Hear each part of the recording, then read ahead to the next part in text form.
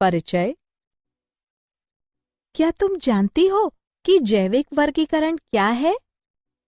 जीव विज्ञान में जैविक वर्गीकरण अथवा वैज्ञानिक वर्गीकरण एक विधि है जिसके द्वारा जीव विज्ञान जीवों को समूह एवं प्रकारों में बांटते हैं, जैसे कि वंश अथवा जाति। आधुनिक जैविकरण वर्गीकरण का मूल कैरोलस लिनियस के कार्यों में है, जिन्होंने जातियों को सामान्य भौतिक गुणों के अनुसार वर्गीकृत किया है।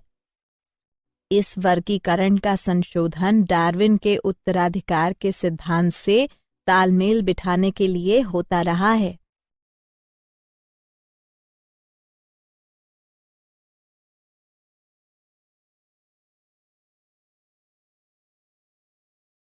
उद्देश्य। इस पाठ के अंत में आप निम्न करने में सक्षम हो जाएंगे: जैविक वर्गीकरण को परिभाषित करना, वर्गीकरण के इतिहास का अध्ययन करना, विभिन्न जगतों को पहचानना, द्विजगत वर्गीकरण को समझना, तीन जगत वर्गीकरण का अध्ययन करना, चतुर्जगत वर्गीकरण के बारे में जानना,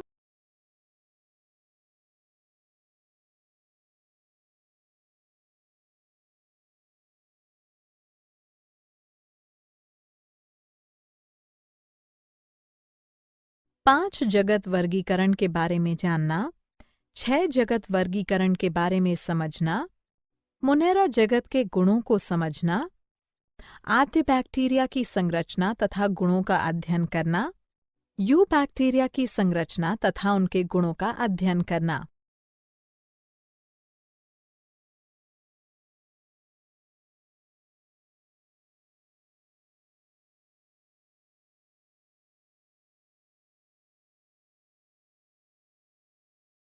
वर्गीकरण का इतिहास। अरस्तु मिस्र के दार्शनिक थे जिन्हें जंतु विज्ञान का जनक कहा जाता है। उन्होंने अपनी पुस्तक हिस्टोरिया एनिमेलिया में जंतुओं को वर्गीकृत किया।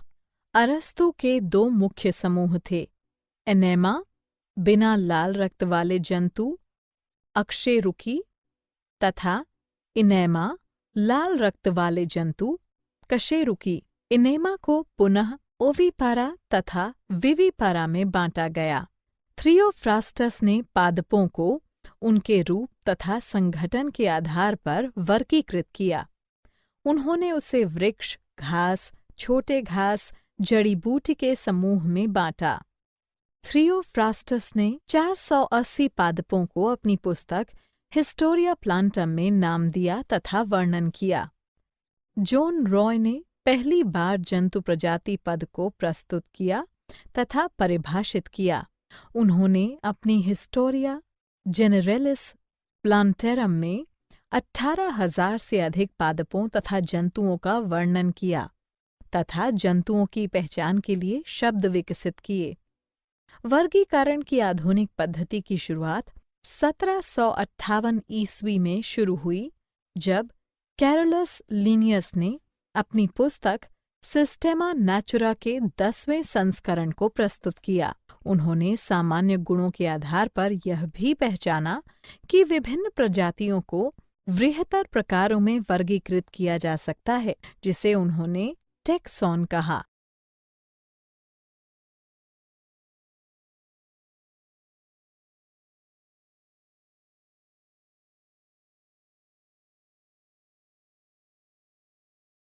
वर्गीकरण की पद्धति। जीवों के वर्गीकरण की भिन्न भिन्न विधियां हैं। जगत की संख्या के अनुसार वे निम्नलिखित हैं: द्विजगत पद्धति, तीन जगत पद्धति, चार जगत पद्धति, पांच जगत पद्धति, छह जगत पद्धति।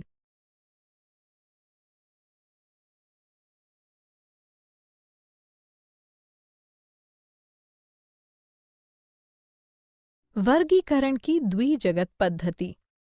अरस्तु के काल से ही जीव विज्ञान ने सजीव जगत को दो जगतों में विभाजित किया। वे हैं पादप तथा जंतु जगत। कैरोलस लिनियस ने भी सजीवों को दो भागों में विभाजित किया: जंतु के लिए एनिमेलिया तथा पादपों के लिए वेजिटेबिलिया।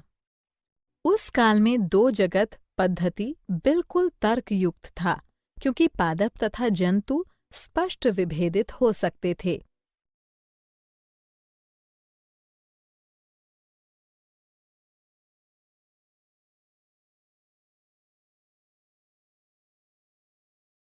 वर्गीकरण की 3 जगत पद्धति। जर्मन प्रकृतिविद अर्नेस्ट हेकल ने 1866 ईस्वी में अपने जनरल मॉर्फोलॉजी डेर ऑर्गेनाइजेशन में एक कोशिकीय प्रोटोजोआ तथा शैवाल को शामिल किया तथा तीसरा किंगडम प्रोटेस्टा को जन्म दिया। प्रोटेस्टा का अर्थ होता है सवों में प्रथम अथवा आदिकालीन।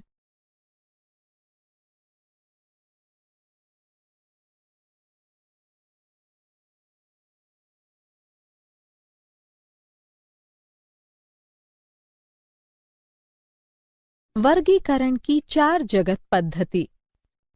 1930 में फ्रांसीसी समुद्री जीव विज्ञानी एडवर्ड चैटन ने जीवों के 2 प्रकारों, प्रोकैरियोट जिसमें केंद्रक का अभाव था तथा यूकैरियोट अधिक जटिल जीव जिसमें केंद्रक था, की पहचान की।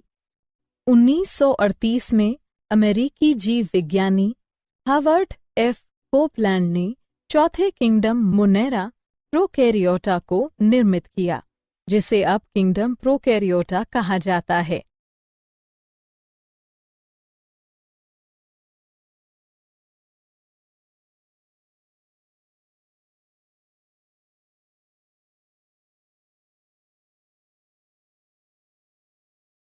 वर्गीकरण की 5 जगत पद्धति।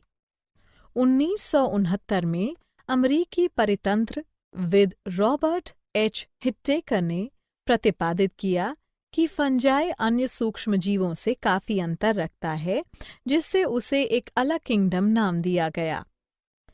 इन्होंने वर्गीकरण की 5 जगत पद्धति को जन्म दिया। इसके अंतर्गत था मोनेरा, प्रोटेस्टा, फंजाई, कवक, प्लांटे, पादप एवं एनिमेलिया जंतु। 5 जगत वर्गीकरण कोशिका की जटिलता, जीवों की जटिलता, पोषण के प्रकार तथा मुख्य पारितांत्रिक भूमिका पर आधारित है। विट्टेकर की योजना को सजीवों के तार्किक वर्गीकरण के रूप में आज भी व्यापक स्वीकृति मिली है।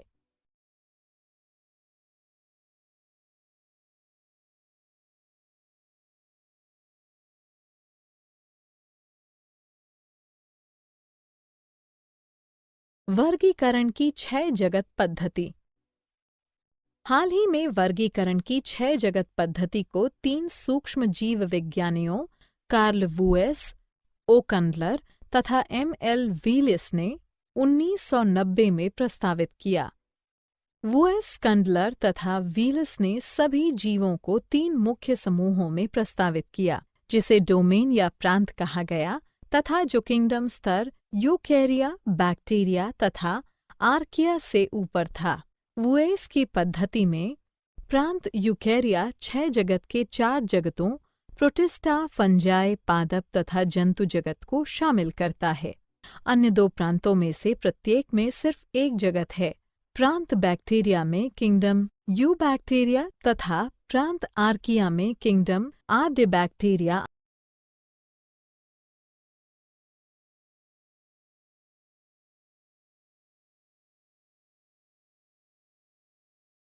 पांच जगत के गुण।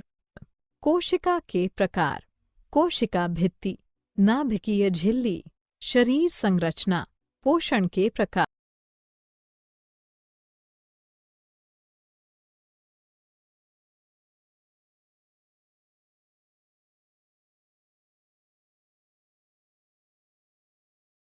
Kingdom Monera. किंगडम मोनेरा के अंतर्गत प्रोकैरियोटिक आता है। उनमें केंद्रक झिल्ली का अभाव होता है। वे प्लास्टिड्स, माइटोकॉन्ड्रिया तथा विकसित 9+2 स्ट्रैंड फ्लैचेला से वंचित होते हैं।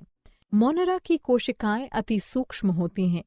वे प्रायः एक कोशिकीय जीव होते हैं। पोषण के मुख्य प्रकार अवचूषण हैं, किंतु इनके कुछ समूह प्रकाश संश्लेषी अथवा केमोसिथैंक्टिक होते हैं। प्रजनन साधारणतः विखंडन अथवा मुकुलन द्वारा अलैंगिक होता है। प्रोटोसेक्सुअल घटना भी घटित होती है। अधिकांश जीवों में दृढ़ कोशिका भित्ति होती है। उदाहरण anabaena, nostoc, Oscillatoria bacteria. Kingdom Monera अथवा प्रोकैरियोटा को 2 उपजगतों आद्य बैक्टीरिया तथा यू बैक्टीरिया में बांटा गया है।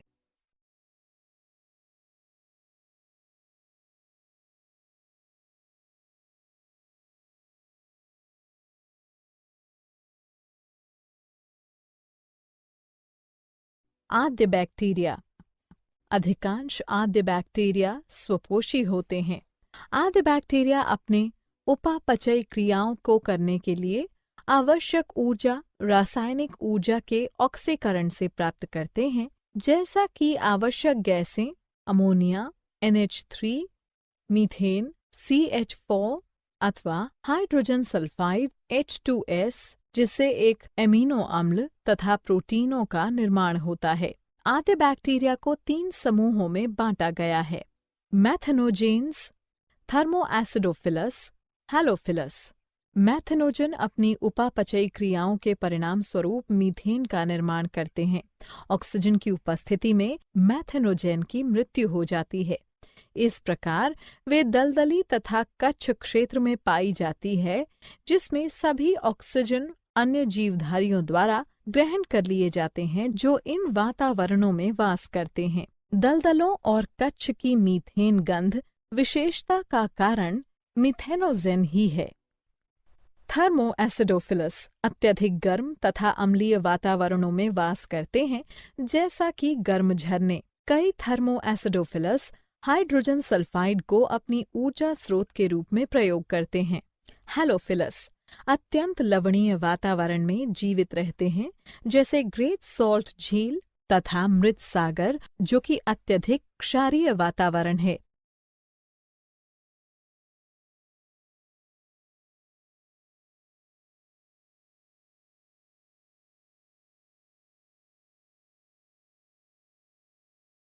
You bacteria.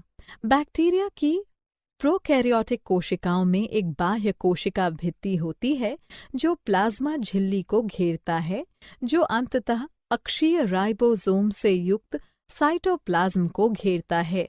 उनमें साधारणतः केंद्रक, क्लोरोप्लास्ट तथा माइटोकॉन्ड्रिया जैसे संलग्न अंगों की झिल्ली का अभाव होता है। डीएनए की वर्तुल स्ट्रैंड, जो कोशिका न्यूक्लियोइड के एक भाग में प्रायः कुंडलित होते हैं, एक क्रोमोसोम के रूप में काम करता है। उपापचयी क्रियाएं जैसे कि इलेक्ट्रॉन का स्थानांतरण तथा प्रकाश संश्लेषण प्लाज्मा झिल्ली में होता है, जो कभी-कभी कोशिका के अंतरंग भाग की ओर मुड़ती है। बैक्टीरिया की सबसे सामान्य आकृति छड़ाकर, जिसे बैसिलाई गोलाकार, जिसे कोकाई तथा कॉर्कस्क्रू की आकार, जिसे स्पाइरला कहते हैं। बैक्टीरिया की कोशिका भित्ति में अद्वितीय पदार्थ पेप्टाइड होता है। ग्राम स्टैनिंग तकनीक बैक्टीरिया में कोशिका भित्ति रचना के 2 प्रकारों में भेद करता है, जो उन्हें ग्राम धनात्मक तथा ग्राम ऋणात्मक के रूप में वर्गीकृत करने में हमारे सहायक हैं।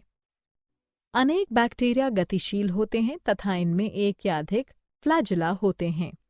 यू बैक्टीरिया निम्न 8 प्रकार के होते हैं: एक्टिनोमाइसिस, कीमोऑटोट्रॉफ, साइनोबैक्टीरिया, एंटेरोबैक्टीरिया, ग्लॉडिंग तथा मुकुलन बैक्टीरिया, स्यूडोमोनास, रिकेटिसियासिस तथा क्लेमाइडियास, स्पाइरोचैट्स।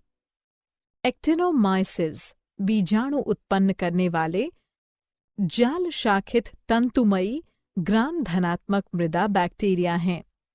कीमोऑटोट्रॉफ एक बैक्टीरिया है जो अपनी ऊर्जा अकार्बनिक रसायनों से प्राप्त करते हैं।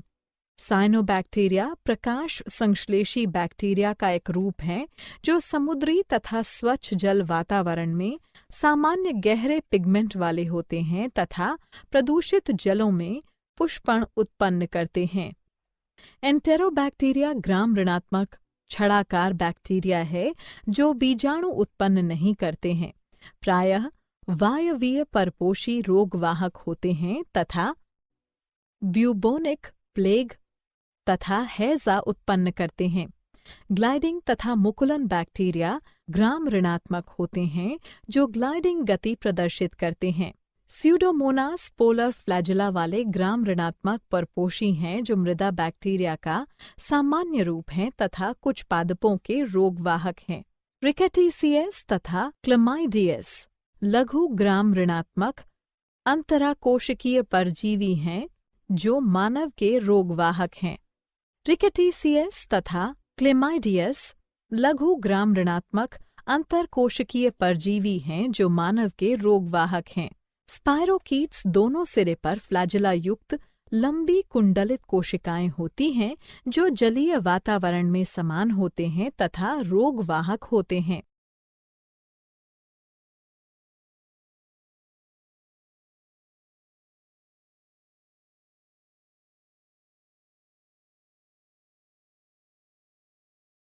क्या आप जानते हैं? क्लासिकल टैक्सोनॉमी मॉर्फोलॉजिकल गुणों पर आधारित है। फाइलोजेनेटिक टैक्सोनॉमी की शुरुआत एंगलर तथा प्रेंटल ने किया था। क्लेडोग्राम क्लेडिसाटिक में एक शाखित डायग्राम है जो उनके व्युत्पन्न गुणों के संबंध में प्रजातियों के बीच संबंध निरूपित करते हैं। कैरोलस लीनियस ने फाइलम तथा प्रोटिस्टा शब्दों को सृजित किया था। लाल डाटा पुस्तक विलुप्त तथा संकटग्रस्त जीवधारियों का रिकॉर्ड रखता है।